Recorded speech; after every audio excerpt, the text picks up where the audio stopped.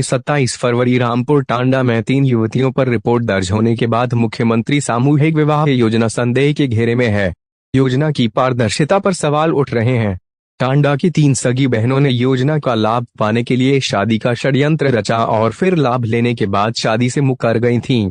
नगर पालिका परिषद टांडा में रहने वाली अफरीन जहां, शमा परवीन और नाजरीन के खिलाफ रविवार को टांडा कोतवाली में रिपोर्ट दर्ज हुई है। तीनों सगी बहनें हैं। इन तीनों युवतियों ने वर्ष 2023 में मुख्यमंत्री सामूहिक विवाह करा सकी योजना के तहत शादी रचाई थी।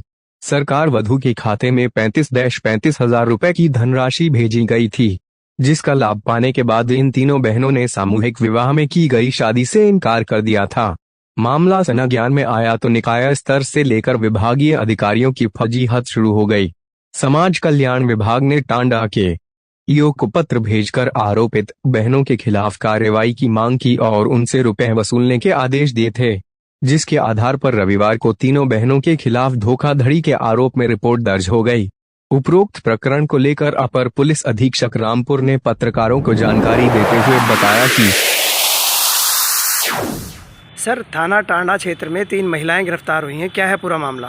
देखिए, दिनांक 5/12/2023 को माननीय मुख्यमंत्री सामूहिक विवाह योजना का कार्यक्रम रामपुर में आयोजित हुआ था।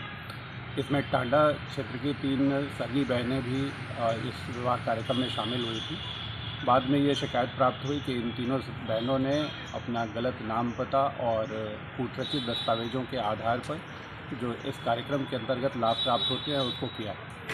इस सूचना के आधार पर अभियोग पंजीकृत किया गया, विस्तृत विवेचना की गई। विवेचना में ये तथ्य प्रकाश में आया कि तीनों ने अपने माता पिता आदि के गलत नाम दर्ज कराए और साथ में कूटरचित दस्तावेज तैयार किए और जो योजना के लाभ थे उन्हें प्राप्त किया। आज समग्र साक्ष्य संकलन के उपरांत तीनों बहनों की गिरफ्तारी कर ली गई है।